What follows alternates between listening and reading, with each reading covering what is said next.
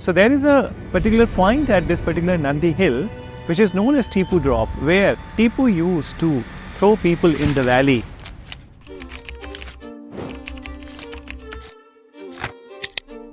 In this episode, we are standing at the misty mountains and the cloudy mountains and the leisurely area of Karnataka, very closer to the Bengaluru, that is known as Nandi Hills.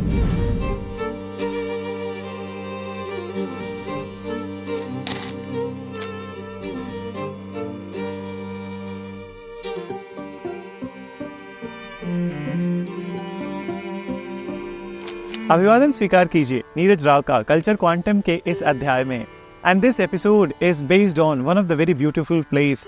To know more, you are going to continue on this journey.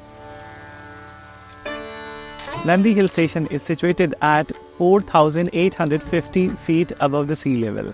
And because of this much height, it is often known for the cloudy and the misty environment, as you can see in the backdrop. This beautiful hill station has been associated with many of the ruling dynasties of India. The first dynasty which built the habitation over here was the Western Ganga dynasty, and they were the actual progenitors of this place. After the Western Ganga dynasty, it is in the phase of the Imperial Chola, Rajaraja Chola and Kolutunga Chola, the very famous Yoganandeeshwara temple was created at this place. So now I am standing in the mandap of the Yoganandeeshwara temple. This holy temple is associated with the sage Yoganandeeshwara, who did his penance at this particular place, and that's how it was named Yoganandeeshwara temple. In the Garbhagriha of the temple, there is a sanctum of the Lord Shiva, or basically there is a Sivalinga of the Lord Shiva. So on both sides of me, there are two pillars, and these two pillars are basically Stambhas. This can be compared with the Garuda Stambha, which has been found in many of the temples of the Karnataka, so as the Dravidian style temples. After this particular phase of the Chola dynasty, the Nandi Hill came in the lap of the Hoysalas and finally in the Vijayanagar kingdom. Historically, this place has been also associated with the Hyder Ali, Tipu Sultan, and so as the British. So it is during the Vijayanagar kingdom phase the polygars created the fort walls, and this is also the time when Amrit Sarovar was created at this particular place, which is a stepped water tank. The water of this particular Pushkarni or Kalyani Pushkarni is very pristine and very clean. And moreover, though the premise size is small, but it is giving a very highly divine feeling. One have to come to this place to witness the purity of this place. So after the phase of the Vijayanagar, this place passed on to the son of Shivaji, Stambhaji, who held it for a longer time. When finally the Mysore's war broke out with the Marathas, so it came finally in the hands of the Hyder Ali. And this is the place where Tipu Sultan later on created his bungalow, which was a kind of a summer resting place. British also wanted to control this place, and they had their eyes on this place right from the beginning. After the outbreak of the Anglo-Mysore wars, the first Mysore war which was fought with the English was 1767, second was from 1780s. But it was the third war in which Cornwallis defeated Tipu Sultan, and this place came under the control of the Cornwallis and the British East India Company. From there onwards till India's independence, this place was totally under the control of the British East India Company.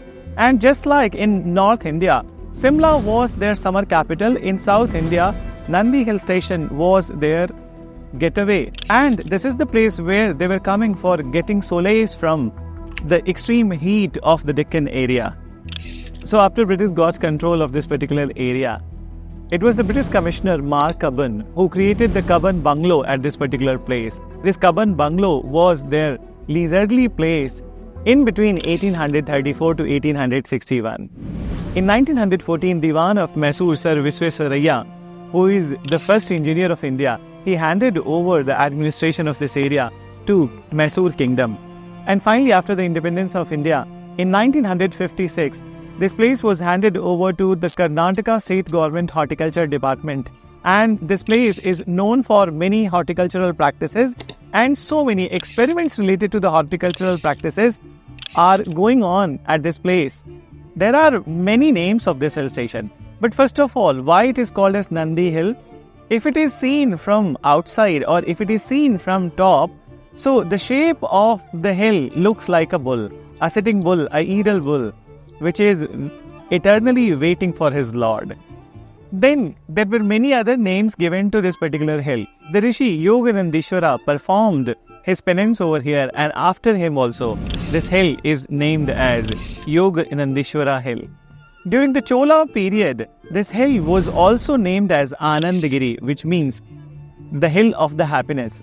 Then this hill is also called as Nandi Durga and believed to be the abode of the goddess Durga also.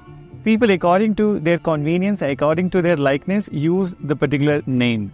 Though this place brings happiness to many, but then this place was also unfortunate for many, and the reason was Tipu Sultan.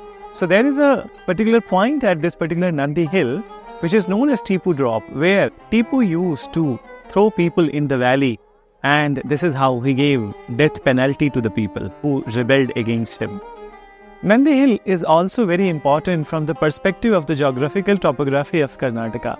There are many rivers which originate from the Nandi Hills. For example, the very famous Palar River, Akravati River, Punaiya River, Papagani River and Penna River, they all originate from this particular hill station. One of the very interesting fact about Nandi Hill Station is that India conducted its first ever SAARC summit on Nandi Hills in 1986. These strong winds are touching my face, and I can bet that no such air conditioner will give you a feel like this. It's a natural and so as very refreshing. On the hindsight of mine, as you can see, the beautiful town of the Chikkaballapur and the different villages of the Chikkaballapur are there. In fact, you can also see in the backdrop, n number of the lakes and the water bodies are there. This beauty is so divine and it's so mesmerizing. I'm once again emphasizing, I bet that you'll be blown away by the beauty of this place once you visit this place. So whenever you are here in this particular region, please do visit Nandi Hill Station. You will be mesmerized by the beauty of the Nandi Hill Station. We'll be further exploring the places of the historical nature and so as the beautiful places associated with the Indian geography and associated with the Indian culture. To know further, please stay tuned to Culture Quantum. Till then, don't forget to like, share, subscribe, comment and recommend the channel Culture Quantum. Thank you.